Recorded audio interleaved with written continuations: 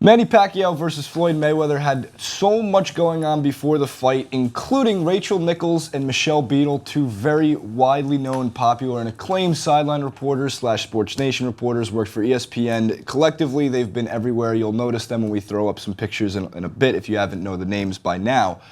They were banned originally from the Mayweather-Pacquiao fight, and what a lot of the speculation became about that was because that Nichols and Beadle really targeted Mayweather. So we're going to read through what Rachel Nichols had to say regarding her credential getting banned. It wasn't like she bought a $5,000 ticket to the fight. She was credentialed from HBO or ESPN, same with Michelle Beadle.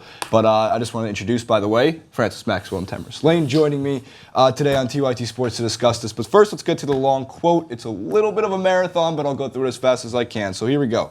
This is Rachel Nichols. Have had a bunch of folks asking questions about the Mayweather issue. Here's what happened. After asking tough questions of Floyd Mayweather on my program, I was not offered press credentials to cover tonight's fight. In an email dated April 23rd, I was told I would only be credentialed for the run-up events through the week, but in bold, italic letters, the email stated you do not have any access Saturday to any services or events.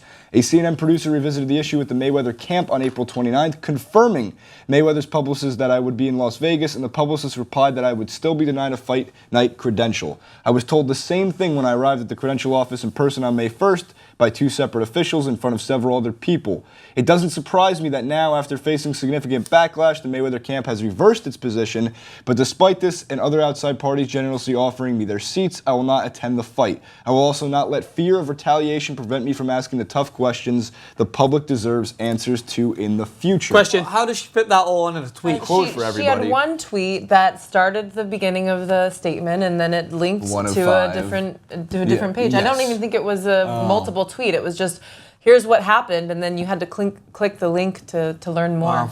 Wow. But I'm really glad that she put that out. And if you haven't, you should watch her interview with Floyd Mayweather, because it's really relevant to everything that she's saying there, and really important to this discussion of domestic violence. It's not just a woman's issue. This is a human being issue. The only thing that for me that's as well as that is as part of your journalistic value is to ask the tough questions, especially for someone like Floyd Mayweather. You know what I mean? So you should be asking those questions.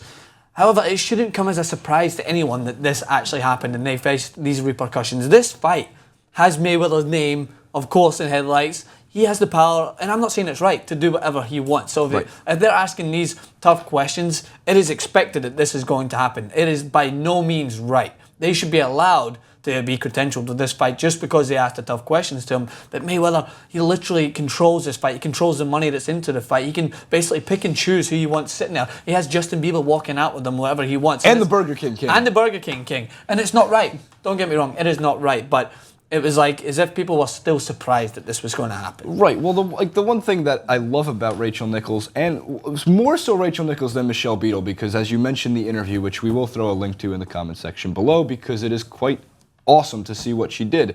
Some of the questions she was asking is why fans should root for you. This is talking to Mayweather before he fought Maidana the second time, right around the same time Ray Rice's video got leaked for knocking out his fiance. He talked about the incident that he went to jail. His mother abused his kid, the mother of his children abused his kids, calling the cops because they were afraid of what their father, Floyd Mayweather Jr., was doing to their mother. And Mayweather just, again, textbook dodging. Only God can judge me. These are only allegations. And truly, the only time I've seen Mayweather scared ever was in that interview with Rachel Nichols. It is the responsibility of the media to ask challenging questions, not to roll over and give your interview subject what they can do to become better at PR. And it takes a woman to actually bring this to the forefront. It takes strong women like Rachel Nichols and Michelle Beadle to ask those tough questions. There are plenty of journalists who I won't name who won't ask those questions. So it's no surprise that they actually got banned because Floyd of his fear. And you could see it in the interview. It's like one of the only times you can feel his discomfort and you can feel his confidence shrinking. He says there's no pictures. It's like the accusing someone of the allegations of potential domestic violence or rape or anything, all these violences against women, and without evidence other than the woman or the child of the abused victim actually saying something. There was a written statement by his son as well. It brings tears to your eyes if you read this written statement. It's like a little kid's letter to Santa Claus, except that it's about watching his father abuse and beat viciously his mother. Here's the difference between the two situations. If a video is released of Floyd Mayweather doing what he did to the mother of his children, the same way that Ray Rice's video was released doing to what he did to his fiancée in an elevator, there, no doubt in my mind, this fight never would have happened. There would have been outrage, riots, whatever you want to call it, to stop this from happening. But sadly, there aren't pictures. Yeah. There is no evidence. There's no visual component that we can see that really put the American public into the idea of going, we can't root for this guy. Because again, I've said this and I stand by this. I am a Floyd Mayweather fan in the ring because I respect and love his boxing ability, and that's where it ends. Yeah. That's where it's like the line is drawn for me. So I'm going to play devil's advocate and just ask some questions for you guys, because I want to know how this works both ways. Being in the media, you are granted the ability to ask questions to star personnel within the boundaries of what is going on. So take, for instance, what we just seen with Robert Downey Jr., in which he walked out from an interview because he was misled. He was told that this one of the reporters from Channel 4 in the UK was going to ask him about his upcoming movie. He started to go towards issues on his past and drug abuse and all that stuff. And Robert Downey Jr. was not prepared to ask those questions, so left.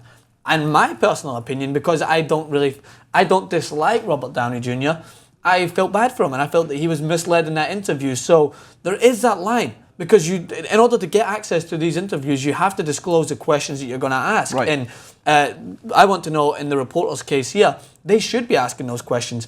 But did they disclose that they were going to ask those questions beforehand, or did they falsely shadow those questions in amongst questions surrounding what else was going on? Well, I guarantee you they didn't preface Floyd and question saying number one. like, hey, we're going to ask you about why you beat your wife. Yes. No, I guarantee that didn't happen. But I'm sure Rachel Nichols said, this is an opportunity for me to really ask this really important set of questions that isn't just about Floyd Mayweather. It's a topical situation that has been continuing since the patriarchy of colonialism and exists. And I feel like this is something that she took it upon herself to say, hey, this is my duty, not only as a human being, but as a woman, as a journalist, with a microphone. She recognizes her duty as a journalist to ask this really important question. And she positioned it in a way, she even said, you're going to make $30 million on this fight.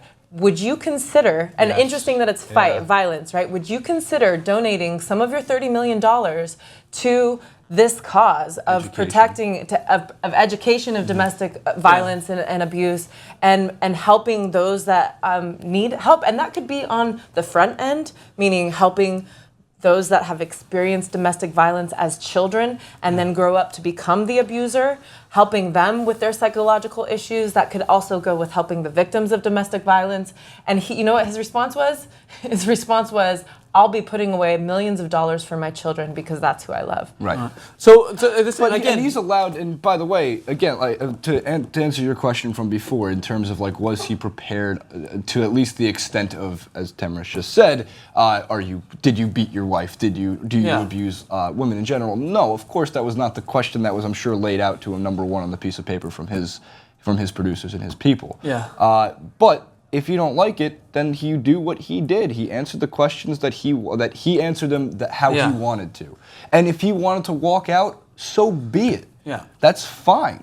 But it's not wrong for Rachel Nichols to ask that question. And that's why I'm just saying it's interesting, because this one guy for the Robert Downey Jr. interview is getting death threats because he apparently disgraced his journalistic value by not disclosing it. And I think that in this situation, he was wrong to ask those questions. But you never know what his motive might have been. I know the guy. I don't know him personally, but I know what his work. And he uses these interviews to get juicy information and puts celebrities on the spotlight. He was not there to find out information about drug abuse victims and maybe get some words of advice from Robert Downey Jr. He was there to put him on the spot. It's way different when you're getting information to smear someone's character. And this was a broader issue that is topical because of Ray Rice. It's brought to this forefront of media. We all know that media can portray things in a way that isn't necessarily the best, and there's plenty of examples of this. But this was an opportunity that speaks to a larger issue. And by asking someone about their individual past, about their own issues and struggles with drug abuse, and that when they're not prepared for it, that's a lot different than asking about a really large human rights issue that is domestic violence that needs to be addressed. So if the man who was asking Robert Downey Jr. those questions, what happens if he came out and said that he was asking those questions because he wanted to enlighten people about maybe the results of drug abuse, and he wanted Robert Downey Jr. to reach out? He did not see these things. I'm just saying hypothetically. Right. But what happens if he said those things? Would that make it a little bit better for him to If abuse Robert his Downey value? Jr. knew about it beforehand and he was prepped accordingly, Yeah. sure. And he also signed off on it. The one last thing I want to mention, though, is that I want to say 90% of these aren't live streamed. Yeah. Recorded live, and then still up to the discretion usually of both parties to say, one could say to the other, or vice versa, I don't want this going live. Yeah. Please do not air this. Granted, in today's day of social media, it's going to get leaked anyway. Yeah. But there was a time where it was much easier to uphold journalistic integrity,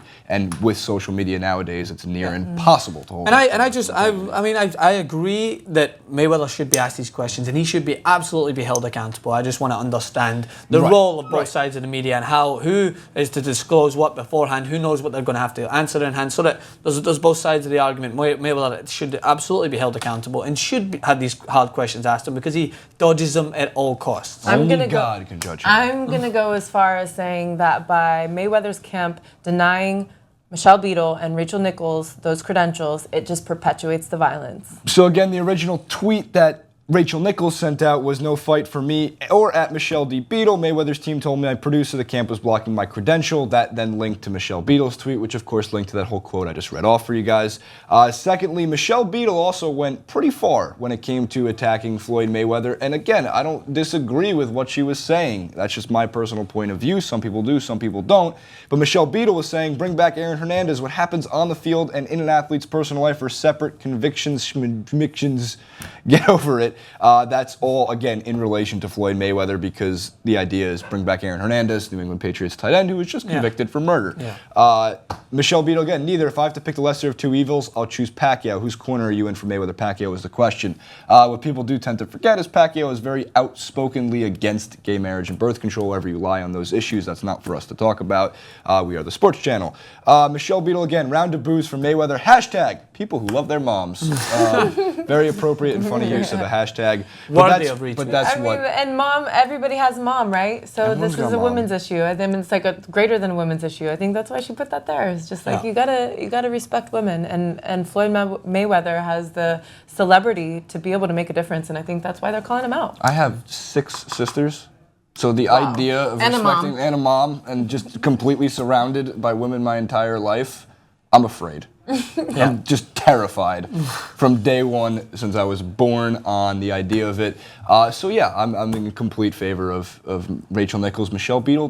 Look, when it comes to the responsibility again of specifically journalists who are in the spotlight, Rachel Nichols is a household name. Michelle Beadle is a household name.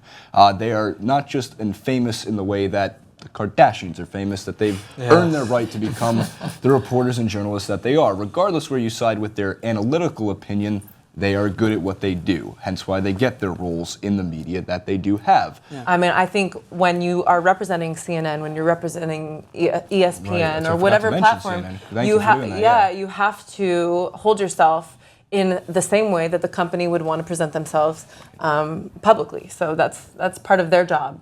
Yeah. Agreed. Agreed. Francis, take us home. Yeah, I mean, we want to know what you guys think, because that is a very good point. But then again, this is a question I want to finish on, not to you guys, because we're probably going to go on for another half hour, but to the comments in below, because what happens, are your opinions then your own if you have to sculpt them based on what your company has? If you're in a company such as Fox News, do you have to tweet based on what you would be if you were a Fox News anchor?